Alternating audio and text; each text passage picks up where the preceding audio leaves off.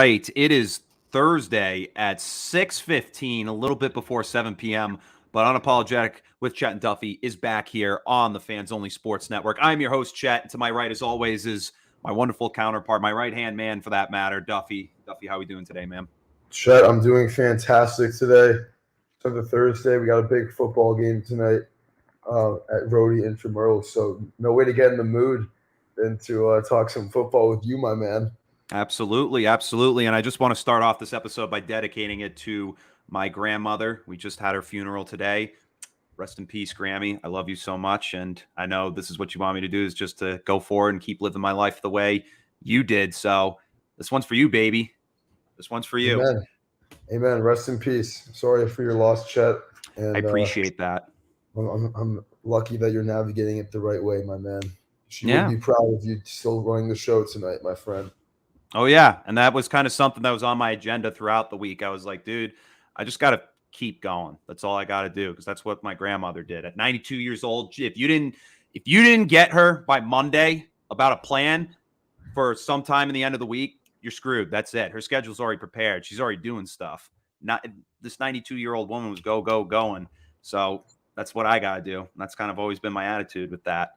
But yeah, so let's hop right into it. But before we do that, let's bring our guest onto the show this week, Cam Rancourt. This guy last year, he broke the news about Davante Adams getting traded from the Green Bay Packers to the Las Vegas Raiders. And he's definitely got some great topics for us going into it. Cam, welcome to the show, brother. As soon as you brought me on, I can't hear you anymore. I don't know if that's an issue on my end. Could be. As soon as I came in, I can't hear you guys. That's an issue. Okay. Tell you what. If you can still hear me, I'm happy to be here. I'm a big fan, Unapologetic, man. Listen to the show. Timmy's my guy. You see nothing but good things from you. I'm excited to be here. I watched a lot of the episodes. I made a couple of guest appearances. This is my first one by myself for a whole show, so I'm excited to see what happens. Hell yeah. Hell yeah. I wonder what's going on with his audio. Do me a quick favor. Send me his phone number. I'm going to FaceTime him real quick. Okay. Yeah. And we'll let him know about that. But regardless, besides the technical difficulties, we're going to hop right into it and talk about the New England Patriots this week. New England falls to the Baltimore Ravens last weekend by a final score of 37-26. A very difficult loss in and of itself. Lamar Jackson with 4 touchdowns on the day. I believe one of them was on the ground as well. Mac Jones throwing 3 picks in the affair. Had a lot of effort brought in throughout the team. The receiving core threw for 321 yards, more than Lamar on the day. However, it was not enough to take down this Baltimore Ravens unit. And the Patriots now fall to 1-2. And Duffy, I'm going to let you take it away while I walk Cam through some troubleshooting with his audio. And actually, he just dipped, so I'll give him a call anyways. I told him to back out of the stream. I sent you his number. Give him the ring. Anyways, the Patriots losing by a score of 37-26 this week. Definitely not the ideal game for New England, especially coming off of a win, trying to get that first home win of the season, and unable to do so in front of the Foxborough faithful. Unfortunate loss, but promising game for the Pats, moving the football, in a weird way. They were able to, still get some points on the board, their highest point total of the season by far with 26. But story of the game, Mac Jones going down with the injury. Very unfortunate stuff. High ankle sprain, could be out the next couple of games. But, there's been some promising word around Mac Jones this week in practice saying that he very well could play on Sunday in Green Bay. Yeah, apologies for that. I didn't hear a word you said, but I just tried to call him. He didn't answer. He didn't answer me. Jeez, I told him you were going to call him. Yeah, but regardless, I mean, based on the way that game went, it's just the Patriots were in it for a bit. It was a close one throughout, but just towards the tail end, just costly mistakes made by Mac Jones. He's actually calling me back right now, so I'll answer that real quick.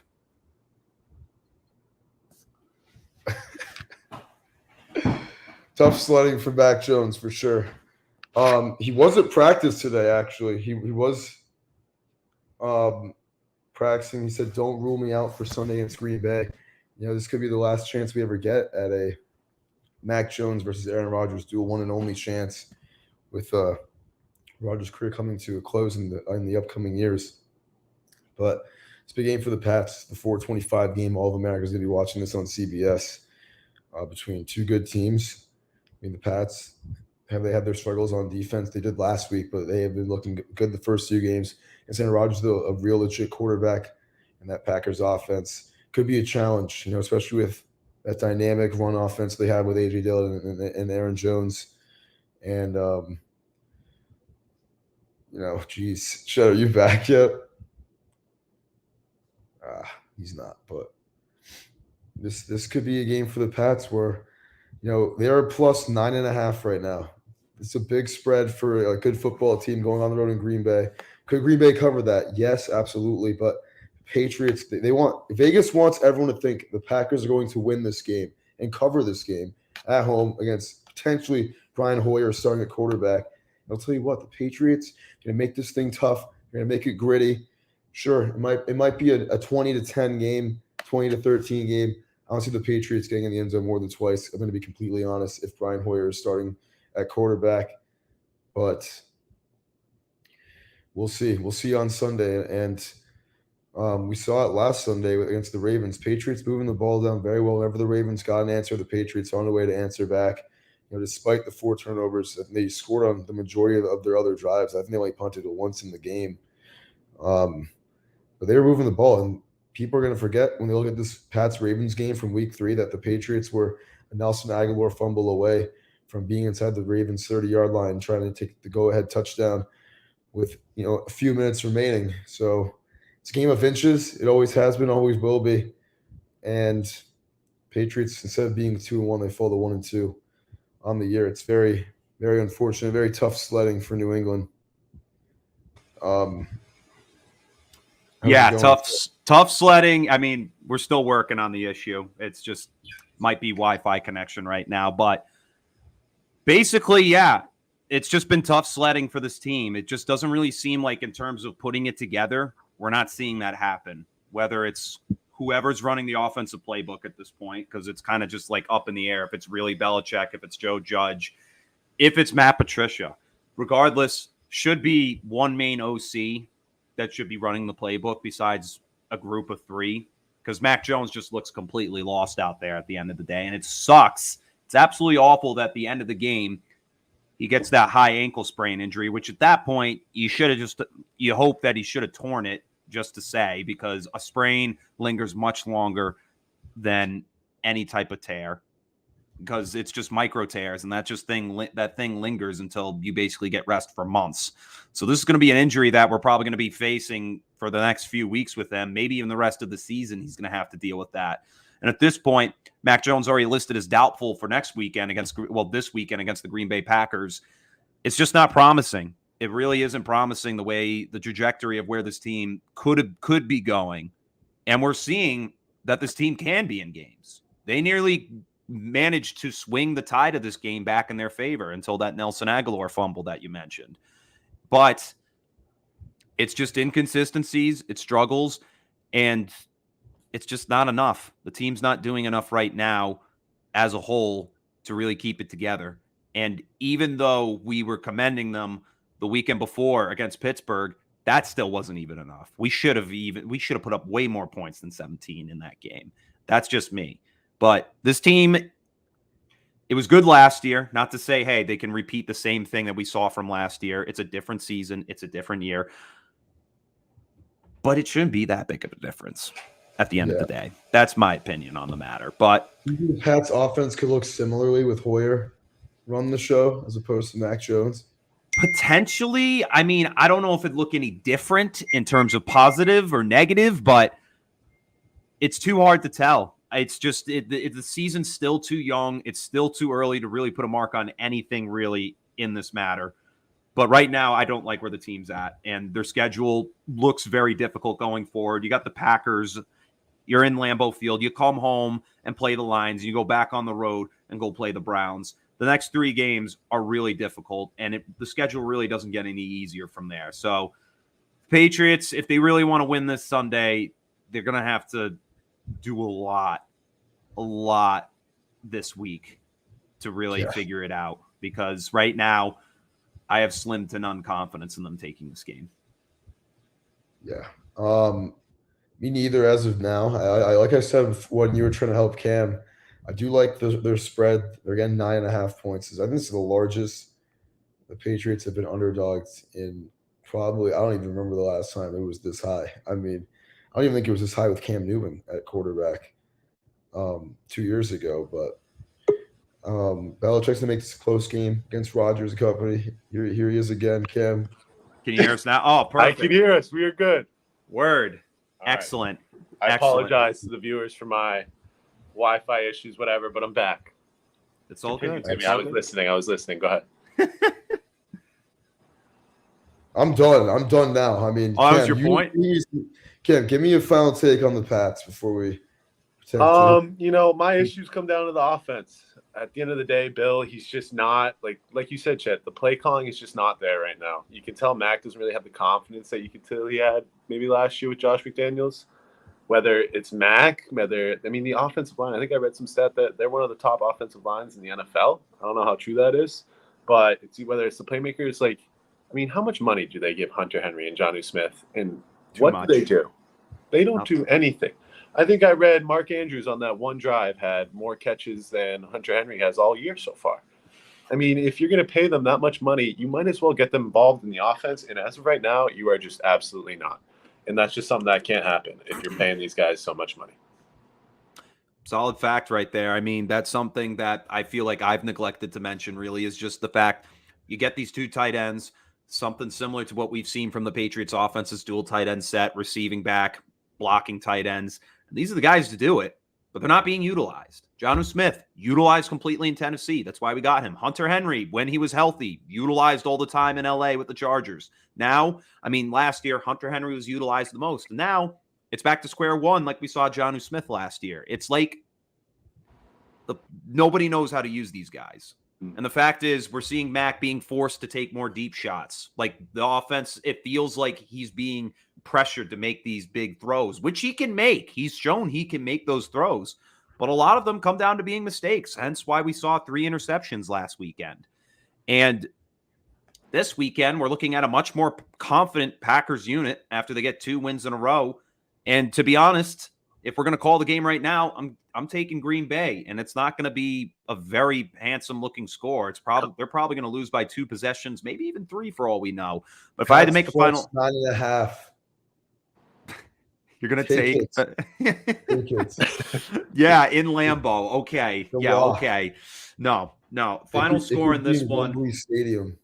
They would cover 1 point. Pats are going to win this game outright. No. 17-12 in the trenches. No, that won't happen with Brian Hoyer. That just will not happen, bro. Dude, all right, Mac actually might play. Finals. It says he's doubtful. He's not going to play. I'm sorry, There's man. no way he's going to play. There's no way. I'm going to say final score, honestly.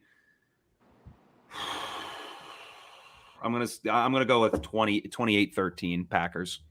I got 20-10. Pats push the spread. Unless you get 10, then 9.5. But 20-10, I think Bill will scheme something up.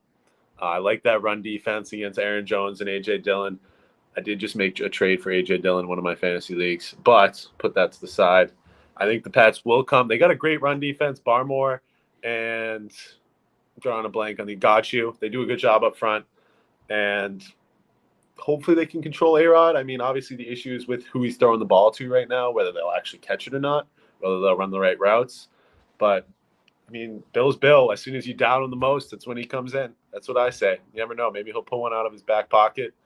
The Pats will go into Lambeau with Brian Hoyer and come out with a win? What? Are you kidding me? That'd be crazy. Who knows? Maybe we'll see a little Bailey Zapp too. Never know. Maybe. I'm going to go Pats 13, Packers 23. Packers win by 10. I love how you go Patriots first. That was good. I had you in the first half, but yeah, like Cam was saying, the Pats they're going to hold these boys up front. Pats have a good front seven they have all year, despite last week, but that's against Lamar Jackson, who's the leading candidate for MVP right now, in my opinion. It's a tough matchup regardless, but against Rodgers and company. going to see some different stuff, see some stuff that the Pats have been able to kind of keep them to a limit to, but I don't think it'll be enough offensively for New England to come into Lambeau and win this game with Brian Hoyer at quarterback. And if the Pats score 20 points, I'll be legitimately impressed. Yeah, that's I'll a be solid impressed. point. I would be very impressed too. I mean, to say the least, based on the way this team's looked, it's just been a lot more underwhelming than most of us fans would be expecting. However, time will tell. Time will tell. So that concludes our segment here on the New England Patriots. We're going to move into the Thursday night preview because that is, in fact, tonight at 8:15. The Miami Dolphins now sitting at 3-0 after a 21-19 victory at home against the Buffalo Bills, who many people were thought going to take that game. I thought the Bills were going to take that game. Going undefeated to the 1-2 Cincinnati Bengals, who just defeated the New York Jets last weekend. There's a lot to really unpack here because these two teams, honestly, I feel like the Bengals aren't playing to their full potential. I feel like the Miami Dolphins are playing at a very high potential right now. They really just proved a lot of people wrong last weekend. Is it a bit of an overreaction? It's still early in the season. So, yes, I think it's an overreaction to say that they're going to take the East, but this team has proven that they definitely have a chance to make the playoffs this year. So, to open it up, really, I mean, what do you guys think about tonight's matchup? Well, I think the biggest thing with tonight's matchup, we don't have it pictured right now, but the Cincinnati Bengals are unleashing the first ever Instagram Photoshop inspired uniform ever. The white unis with the white tiger helmets. That spread had a lot of line movement because of those uniforms. I was talking to Bowen. He said it went from 2.5 to 4 overnight with this announcement, but with the reminder, I guess, if you will. But I think Cincinnati, this is a statement game for the Bengals because all year we've been concerned about the Bengals. They start off super sluggish the first 3 weeks. Only went against the Jets. Now being at home against Miami Dolphins, arguably the best team in the NFL through the first 3 weeks. This is a statement game. It's arguably a must-win for them early on in the year, and it will really shake up the landscape of the AFC. And Bengals are going to start. They're going to have to come out really hot tonight if they want to have a chance against the Dolphins. I mean, the reason why they've lost their other 2 games they lost is they came out really slow. I mean, against Pittsburgh and Dallas, respectively, they couldn't even get in the end zone for the majority of the first half. And I think against Dallas, it took until the second half. So they got to get on the board quick. I have a lot of fantasy guys in this game. I got Jalen Waddle and Joe Mixon in my main league. So hopefully we get a high-scoring affair. And big game, huge. This is going to be one of the best TNF games of the year, probably. Yeah, I'm not a believer in the Dolphins. I mean, it might be a Patriots bias. I'm 3-0, but they very easily could have lost last week with that 4th and goal Josh Allen pass where he just chucked it in the dirt. Who knows what that was? And then they didn't get that spike off. The Bengals, I'm a big believer in. Did you see Joe Burrow's outfit today walking into the stadium? Oh, my goodness. Yeah. Joe Shiesty is here to play. And like you said, Timmy, it moved 1.5 points when the uniforms came out, but I think that's for a good reason. I think the Bengals are going to come out here. I hate Mike McDaniel. I'm going to say it. I hate him. He's a little nerd. He comes out. He's too cocky. Tyreek Hill, another guy. I don't like Tyreek Hill. Yeah. The Bengals are going to come out here. I was reading into the Bengals. They struggled towards the beginning of the year last year because they went with a run-heavy offense, and towards the playoffs, they started passing the ball more. Joe Burrow's completions, I think, went up over 5 passes a game on average. And they did it again to start out the year this year. They came out with run-heavy offense, and it just doesn't make much sense. You have T. Higgins. You have Jamar Chase. You have Tyler Boyd, arguably the best wide receiver 3 in the NFL. You could say he could be a wide receiver 2 on some teams. And you're not utilizing these guys. You're running the ball with Joe Mixon. And then lastly, this new offensive line the Bengals have. They didn't play it all in the preseason. Zach Taylor, I guess, is a believer in not starting his starters in the preseason. And it showed in those first 2 games. Burrow got abused. I don't know how many sacks he let up in that Steelers game, but that was crazy. To be fair, that was going to be a point I was going to go over. He got sacked 7 times. Yeah, to be fair, the Steelers, they did have TJ Watt. Cowboys, they had Micah Parsons, and they did have those new guys. But you paid a lot of money. La'el Collins, they paid him a ton of money, and he hasn't really done much. But I think only they're going to get more comfortable. This Dolphins defense, Melvin Ingram has been unbelievable for them. But I think the Bengals are going to come out here at home in those icy white uniforms, and they're going to put on a show. and finally shove something up Mike McDaniel's butt because I hate him and Tyreek Hill. Yeah, I mean, I'm a believer in the Bengals too. I think what we've seen from the start of the season is similar to what we saw happen last year with them. They were a sluggish team. They were a team that really needed to figure themselves out. And they really didn't do so until the second half of the year. And they managed to walk away with the division win. Not only that, make it to the Super Bowl.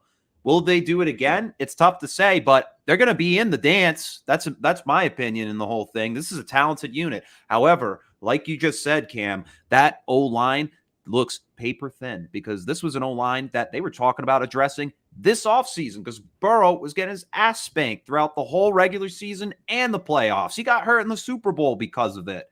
And like you said, like we said before, 7 sacks. He sacked 7 times against the Pittsburgh Steelers. Go to week 2 against the Cowboys, 6 times in that game. However, they managed to figure something out against the Jets. Granted, it's the Jets.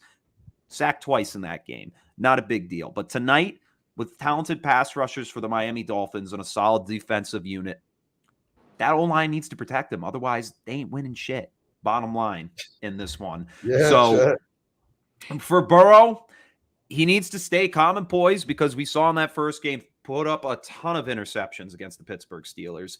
That run game's got to get going because last week Joe Mixon was invisible. I don't even know where he was that game. In fact, he actually got hurt for a little bit in that one. He's slated to play tonight. He sucks. He's slated to play tonight. We'll see what happens there. But Miami's been definitely a stunner in terms of the way that passing offense looks. Tua Tagovailoa looks like a totally different quarterback at this point with the weapons he's got there. However, it's still early in the season. Anything can happen. That run game for Miami is basically a committee back league. I mean, literally their top running back is Chase Edmonds with 79 yards. Like, okay, but big whoop. It's pass first with Miami. So should be Raheem Mostert. It should be Raheem Mostert, but that team doesn't know anything. So, there we go. So for the Bengals tonight, protect Joe Burrow, number 1. And then number 2, set the blocks for Joe Mixon. It's all on the O-line for me for Cincinnati. If they can put up points against this Miami defense, they'll be fine in this one. But I'm definitely going to be taking Cincinnati tonight. I think they're going to make a statement to say, hey, we're not out of this just yet. Honestly, Chet, I really want to take Cincinnati, but yeah, I will. With the white unis, I got to. I have to. Oh my God. Yep. I have to with the white unis. I really want to play devil's advocate to you, but I can't. The white unis, a must-win game, being at home, statement game. And great players win statement games. Burrow has to show he's a great player because he has not been great. He hasn't even been good, to be honest. He's got to step up tonight. He's got to step the F up tonight. Give me the Bengals 24. Give me the Bengals 33 and the Miami Dolphins 27 in overtime. Oh, overtime. Who came in the room? Wow. Little side note before my prediction. Did you guys see that Tua quote? Tua chirping. No. What did he He's say? like, if I see Tyreek one-on-one against Eli Apple, I'm throwing him the ball. It's that simple. He said that in his press conference. It's like, I hate you, Tua. He's too cocky. And dude, why is he throwing shade at Eli Apple? Eli Apple's solid. He exposed him in his press conference one-on-one. And so for that reason, I'm taking it as a blowout. Bengals 34, Dolphins 17. Ooh. Joe Burrow 4 passing touchdowns. Whoa. Tyreek Hill 0. Damn. What's your big red score prediction? Putting him on the spot. What, me? Me. Gonna be 24-19 Bengals. 19. Yeah. Interesting. Low We score. got a Bengals house right here. I know, All someone's got to take the Dolphins. So I'm going to take the Bengals, obviously. But final score, it's probably going to be a high-scoring game. It actually might come down to a field goal. So final score for me is going to be 36-33 Bengals. Wow. You just always take my score and fucking switch it a little bit. I honestly forgot what your score was, bro. No, A lot of overs betters. A lot of over betters. Yeah. 33-27. I see. Under. All right, so that concludes the Thursday night preview. And now, Cam, since you're the guest this week, you mentioned in the pregame show that you've got some special topics that you want to talk about with us. Yes. So Let's hear it. All right, so I'm a big part of my take guy. Listen to them. Lately, there you got Big Cat Bears guys, you got PFT football team guy or Commanders, whatever you call it, Hank Pates guys. All of them have questionable quarterbacks, you know. So they asked the question: is your quarterback? Is he that guy? Is he the guy that's going to take your team to the Super Bowl? Are you a believer in that guy, or is it time to move on? All right, so I'm going to list some names. I want to hear your guys' opinions. I do have a lot of names here, so if I go too many, just let me know. All right, we're going to start nice and simple. Thursday Night Football. Do you believe Tua could take the Dolphins to a Super Bowl? You think he could? I think he could. I think he can. After these first 3 games, you're going to find a lot of people saying yes. Actually, no, dude. Recency bias is crazy. Recency bias is crazy with Tua, especially on this one.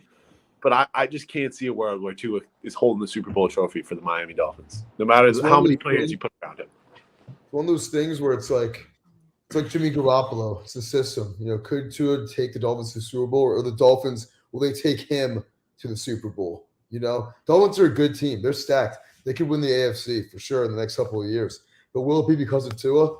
Nah, I don't think so. I think it'll be the weapons they have and that defense they have is stout. But Tua's going to ball out, I think. So actually, yeah, Tua is that guy. I'm going to say yes. I'm going to say yeah.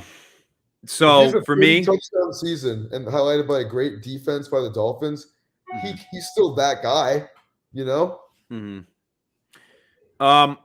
For me, no, not right now. There's not enough evidence there for me to really say yes or no. But for now, I'm going to say no. Because, I mean, despite him being injured and, like, coming into his rookie season to be the starter at a certain point, you look at those numbers from last year, 2,600 passing yards, 16 touchdowns, and 10 picks. I mean, for me, that's not something to write home about. And even in those games last year, very lackluster, in my opinion. I didn't really see much that I could really write home about and be like, yeah, this is a guy who's got a future in the NFL. If anything, I was on the bandwagon of people are saying Tua Tagovailoa sucks. Who the hell are you to say he's a good quarterback? Even this year, he's got the weapons. That's definitely what's helping him be good. He's got the team behind him to be good. He's healthy. That's awesome. But he's got to prove it to me. Right now, no, I don't see him being that guy. I don't. But maybe down the road. But as of right now, solid no. Tua wins games. That's all it comes down to, is that he wins games. You know, no. He's a winner. He's had 3 wins this year. 3 wins. Look at his record. He went 10-7 last year, or whatever it was. Year before, they go 10-6. He didn't play some of those games last year. He was hurt. Dude, he's still. Am I not wrong? He still played all the ones they won. They won a 7-game win streak. He's a winner, dude. Not enough. He's a winner. Not enough. He finds a way to win games. All right, next one. Yeah. Is Alabama brother, our own Patriot. And is Mac Jones that guy? I don't see it. Mac Jones that guy. I'm sorry, I don't see it. First round pick, whether it's Joe Judge calling the plays or something. I was a big believer last year, but like if you told me Mac Jones throws for 300 yards, my jaw is to the floor. I'm shocked. And I think a Super Bowl winning quarterback, they got to throw 300 yards like on the usual. You don't see Mac Jones 300 yards. If you told me Mac Jones throws 3 touchdowns a game, I'd be surprised. And that's just something I want. I don't want it on my guy. I'm just not a huge believer in him. I'm sorry. Mac Jones could, for sure. He could definitely. But the thing is, I think he's just Andy Dalton 2.0. When you look at the numbers, Mac Jones could become Andy Dalton 2.0. You know, we just seem to a really good, promising year. Has a good couple years to start his career, but it doesn't win the playoffs. And that's what he might be looking like next few years, unless they get together, get this team together. But as of now, I'm going to say no for Mac Jones, the Alabama brother. But I'm a Pats believer. I'm biased, but I want to say yes very bad. But I'm going to have to say no as at the moment. Yeah. I mean, as a Patriots fan, obviously, yes, I would love to say yes. But at the end of the day, this is not Tom Brady we're talking about. And Mac Jones lives in the shadow of Tom Brady because everybody's going to be looking to him saying, this is the next Tom Brady. How are you going to do it? How are you going to be better than Tom Brady? You can't ever uphold someone to a higher standard of the greatest quarterback to ever play the game, or even just a great quarterback in general. It's a lot to live up to. We've only seen it a handful of times, like Brett Favre and Aaron Rodgers. That's an example. Or Steve Young, Joe Montana. Rare occurrences there. And Brady wasn't there to mentor him like those two were. So for me, the answer right now is no. I mean, we've seen Mac's numbers go up throughout the first 3 weeks. He throws around 210 the first game, 250 the second game, and then last week, 321. So solid. We've seen an increase, but as of right now, I just think he's kind of set up for failure based on the way the offense is being run with the coordinators and such. He's got the weapons, but it seems like he's lost on what he needs to do because it feels like the play's changing constantly and what they ask him to do is changing constantly. He needs a stronger core in order for me to believe. But right now, I don't have that belief in Mac Jones that he's the guy. Could he? Absolutely. But who knows? 3 no's on Not Mac. enough structure in that Patriots organization right now for Mac Jones, but he's got the talent. He has the will. I mean, he can win games. We saw it last year, but is he going to take over kind of and just be that guy who's going to put the team on his back when they need him the most? I mean, I don't know. I don't think so. I don't think we've seen a game-winning drive from Mac Jones yet. Yeah. But it's early to tell, like with all these dudes. But at the moment in the situation he's in, I don't think it's going to be ideal, for Mac Jones to be successful and to win a championship. All right. Good points. Next one. All right. We'll go to Mac Jones's old play card, Josh McDaniels. Man, what is going on in Las Vegas? Huh? Is Derek Carr that guy? 0-3. You got Darren Waller. You know how I feel Devontae about that. Adams. You got Hunter Renfrow. 3 very good pieces, arguably 3 Pro Bowlers. And they start out 0-3 in 3 games they probably should have won. They could very easily be 3-0 right now. Am I a Derek Carr believer? Yes. I have him in 2 of my fantasy leagues. I think he's a great quarterback. Do I see them winning a Super Bowl? Yes. I am a Derek Carr believer. You're lying to me right now. He is that Lying. guy. Just let McDaniels get over his little Vegas flu. All right, maybe he's going out a little bit on Vegas. The boys are just getting going. Everything's going to be fine. I did read Devontae Adams maybe back to the Packers. That's a crazy take. We won't discuss that. But Derek Carr is that guy. Go ahead. You know how I feel about Derek Carr. 8 years in the NFL, no playoff wins. The answer is no. And it will always be no until he proves me wrong. The answer is no. So if Derek Carr was going to win a Super Bowl by now, if he was going to be that guy to even win a playoff game, he would have done it. And he would have had more than 2 winning seasons on his resume as in 8 years as a starting quarterback. 8.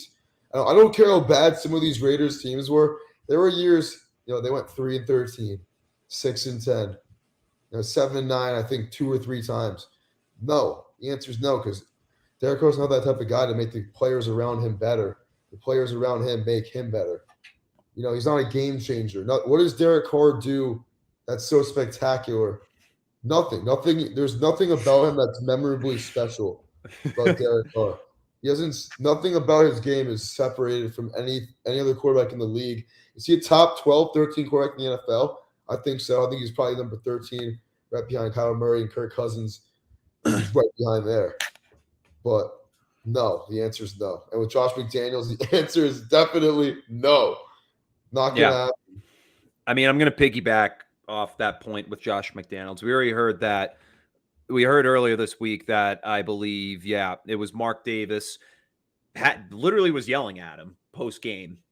His team sits at 0-3, and honestly, right now, if the Raiders were to not make the playoffs, that's not an overreaction to me. If anything, that's quite a reality. I just don't know what this team thought they would be doing by going out and getting Josh McDaniels when your intern coach from last year turned this team around and actually got them to the postseason in the first place. Josh McDaniels' track record as a head coach, horrible, absolutely freaking horrible. So he could even get fired in the middle of the season for all we know. They could just get fed up if this team actually continues to suck. For Derek Carr right now, based on his history, Get fired mid-season. There's just no evidence for me to believe he can go and win a Super Bowl. If he does, then wow, I really doubted him for absolutely no reason at all. But he's had the opportunities. He's had the chances to actually make a push for the playoffs. Still can't do it. And with this team right now, he still hasn't proven he can do it. Sitting at 0-3 with a very high-powered offense. Josh Jacobs looks awful right now. Darren Waller is the only good player I see at the moment. And then Devontae Adams. I mean, first game, unbelievable. Second game, only had 2 catches. And then last week, I don't even know what the heck happened with him. So, for me right now with Las Vegas, and their quarterback, Derek Carr, I don't have a belief that they can win a Super Bowl with him at the moment. I just don't see it. I really don't. Yeah, I mean, I'm a Derek Carr guy. I'm definitely biased. And I love Derek Carr. Yeah. I do. I think they should have beat the Bengals in that wild card game last year. I remember me and Timmy were going at it during that game. I'm a Raiders guy. I 100% agree with you, Chet. It never made sense why they didn't hire Bisaccia back, and they went and got McDaniels. Bisaccia turned that team. It was front page news that everyone loved him. I mean, I remember when they lost that playoff game, everyone's hugging him, thanking him so much. I think I heard that he wrote thank you letters to every single player on the roster after that playoff loss. It's amazing. Clear, he's a great head coach. It doesn't make sense. I think he's with the Packers now, Bisaccia, if I'm not mistaken. First interim head coach to lead his team to the playoffs ever. And he deserves a job. He deserves a head coaching job. He should have gotten it right then and there. Done. I agree with you 100%. But we'll move on. All right, my next name on this list. They jumped out to a shocking 2-0 lead, and they were very close to 3-0 on Monday Night Football. Do you think Daniel Jones is that guy? The Giants? All right, first of all, this might be the last before picks and upsets. I gotta go with the pitch suit and try to forfeit this game eventually. Chat, after this, let's do locks and upsets right after this. Well, I want to get one more, but to start. I think you just cut off your own audio, dude. He got so pissed. He cut off his own audio. No, just no. In no universe do I see Daniel Jones in the saddle, looking like Eli Manning out there, slinging dots, getting a Daniel Tyree catch or David Tyree catch, or what's his face in the Super Bowl against the Patriots again. Yeah, Mario Manningham. I don't see it. I just don't. Daniel Jones, I mean, he proved it to me last year, the year before that against the Eagles, where he had that 60-yard run and was gone and then tripped over his own shoelaces. Like, no, I'm sorry. That's dead. That's dead for me. Hell no. Yeah, the answer is no. Listen, he's really not that bad though. I watched him the other night. He has wheels. They move the ball down the field, but as long as he plays for the New York Giants, the answer is going to be no. I will be devil's advocate. Yes. No. He is that guy. I'm a Duke guy, although Duke football does stink. I'm a Duke guy. I'm a believer in Daniel Jones. Daniel Jones was at a URI basketball game my freshman year to cheer for Bates Jones. Yep, you heard that right. He was at the Ryan Center. I said, what up? I got a good video of me and Daniel Jones. So I'm a Daniel Jones believer. Maybe if the New York Giants don't pay millions of dollars to guys like Kenny Golladay, who don't do anything but drop footballs, and they surround Daniel Jones with some talent, maybe an offensive line would be nice, draft someone in the first round who doesn't stink, then the Giants could be something. I got shout out my guy Tommy Fagan. We watch a lot of Giants football together, and I'm embarrassed to admit that. I will say that. I've been watching way too much Giants football, and I see way too much on this campus at URI. But Daniel Jones has got wheels. Wasn't he the top recorded speed in the NFL last year at like 23 miles per hour? Is that a true fact? So. I think I remember seeing that. He is fast, and he's got the arm to go with it. If you keep putting these guys around him, like get Kadarius Toney going. I don't know what's going on with him. They don't give him enough snaps. He is a stud. He's a game changer. Saquon looks unbelievable. If the Giants put some stuff together in that weak division, I hate the Eagles. Hate the Eagles. Hate the Eagles. I think the Giants could pull out the division. All right, they just need to start putting together wins in the NFC East. They need to win in that division. They need to go into Philly and win. They need to – that game on Monday night against Cooper Rush at home, you got to win those games. Daniel Jones, too. But, is it bad to say he's still young? What is it, year 5 for him, I think? Year 4? Year 4. Yep. Time is definitely ticking, but I'm a Daniel Jones guy. He is that guy. He is. Okay. All right, let's get one more, and then we'll move into locks and picks. Yeah, dude, I have to leave in like 3 minutes, dude. Oh, crap. Okay. All right, well. I'm like 20 minutes from campus. I'm sorry. It's all right. It's all right. I kind of want to do one more, but it's fine. No, I wanted to. Let's just say like quickly. Yeah, they'll do it quick, and then we'll go into the locks and upsets. Justin Fields. No! No, Never! No? I'm the glad Bears we're build a cutting this- roster around him. I'm glad we're cutting this short because I could get really mad talking about Justin Fields right now. Yeah. He sucks. He's garbage. He's so bad. So bad. Every game it's the same shit. It's like, yeah, I played garbage today. I gotta be better, bro. And he doesn't even put in the work. He's shit. Non-believers. There's a reason why they don't let him pass the ball. He doesn't put in the work. That's funny. Garbage. All right. So now for the final segment. Locks and upsets. Everyone's favorite. Right now, Duffy sitting at 4-2 on the season. Chet at 3-3, dead even at 500, trying to make a bounce back. And I'm going to start that bounce back off by taking the Eagles over the Jags. Mickey Mouse, yes, I know. But Jaguars, overhyped in a way. I absolutely think so. They could prove it this Sunday, but it's in Philly. If it was in Jacksonville, hey, could have been a totally different story. Eagles, I love what I see out of Jalen Hurts this season. A.J. Brown fits so perfectly in that offense. Dallas Goedert, sick. And the only thing that could prevent this team from winning this game is if that secondary gives up a ton of yardage to Trevor Lawrence. Regardless, I got the Eagles winning this one. I'll take the Eagles too. Oh my God. But What are it's going to go to overtime. Actually, no. Jags by 3 in overtime. Shut up. Oh, my God. 23-20 in overtime. It's 17 apiece after 4 quarters. Jake Elliott gets a field goal from like 60 yards. Get 2 touchdowns I'm taking Eagles are only get 1 touchdown, you know? Eagles are winning this one 28-20. Since I'm a guest on here and I'd like to get my record up, I'll give you 2 locks. All right. Shout out my guy, Big Red. He's sitting right there. He put me on to this one.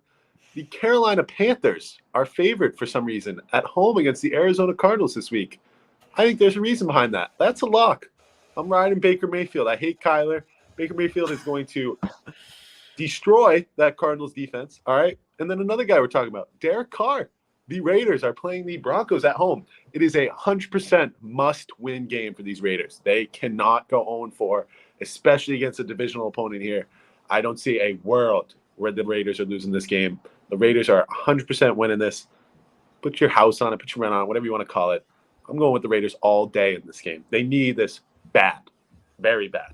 Must win. Broncos Nation, let's ride, baby. No. Oh, no, man. I'm just going to do my lock and upset super quick. I'm just going back to back because I don't even care. Lock, give me Pittsburgh at home against the Jets. Zach Wilson, he's done with all these moms. He's not good anymore. He's going to suck in his first game back. And Zach Wilson will get benched for Flacco by week 7. This will be the first game. I like that. And upset. I mean, Zach Wilson been looking good. I wish Cam put Zach Wilson in that list because I would have said some shit about him too. He is He's on the list. He's throwing your record away. And my upset, give me the Titans on the road against the Colts. They're plus 3.5. Just gonna take them straight up.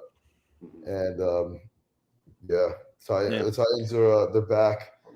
Colts won luckily last week. I mean, their defense was stout, but we all know the Colts or the Titans bitch the last 3 seasons. All right, for me this week, upset. I'm taking Commanders. Dude, fuck off! I'm on a pod, dude. Oh my God, I'm taking the Commanders over the Cowboys this week. I just think what we see out of the Commanders, they're slowly but surely going to put it together, and this division is disgusting. The NFC East is gross, and I mean the Cowboys. That run game is going between Zeke and Tony Pollard, and both look pretty solid, but Tony Pollard's definitely one excelling in that department. However, pass game, it's middle of the pack. Cooper Rush is doing solid. He hasn't thrown an interception yet, but I just think Carson Wentz is going to light up the show with Terry McLaurin and the crew out there on the field. It's going to be a close one. I'm going to say final score on this one's going to be 26-23 Commanders to finish the game. Don't hate it. Don't hate it. All right. My upset real quick for Timmy to play flag football. Going with the Atlanta Falcons at home. +1 against the Cleveland Browns. There's no way the Cleveland Browns, Jacoby Brissett, are going to be 3-1 when they arguably could be 4-0 if they didn't choke that Jets game. The Falcons, Cordell Patterson, he's the man. Love him in fantasy. I think I got him in 2 leagues, wicked late.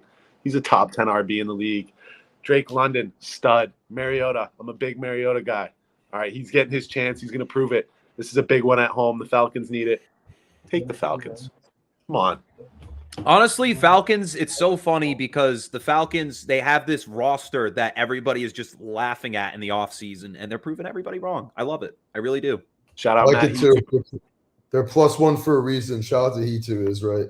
He too. Yeah, for real, for real. All right. Well, that does it here on Unapologetic with Chet and Duffy right here on the Fans Only Sports Network. Check in every Thursday at 7 p.m. Eastern, a little bit earlier today. Thursday night, about to kick off in about an hour and 15 minutes. So check that out and check us out next week. Might have an episode coming Monday, Duffy. I don't know. I kind of like having 2 shows a week. We might for sure. Absolutely. Cam, just want to thank you once again. You're always welcome to come back on the show. Just hit us up and we'll get you on here, baby. Hey, thank you, boys. Big fan. Keep it up. Hell yeah. Yes, sir. Hell yeah. Bless. At the end of the day, this is Chet and Duffy signing off. We'll catch you all next week. And as always, go Pats. Go Pats. Peace. Peace.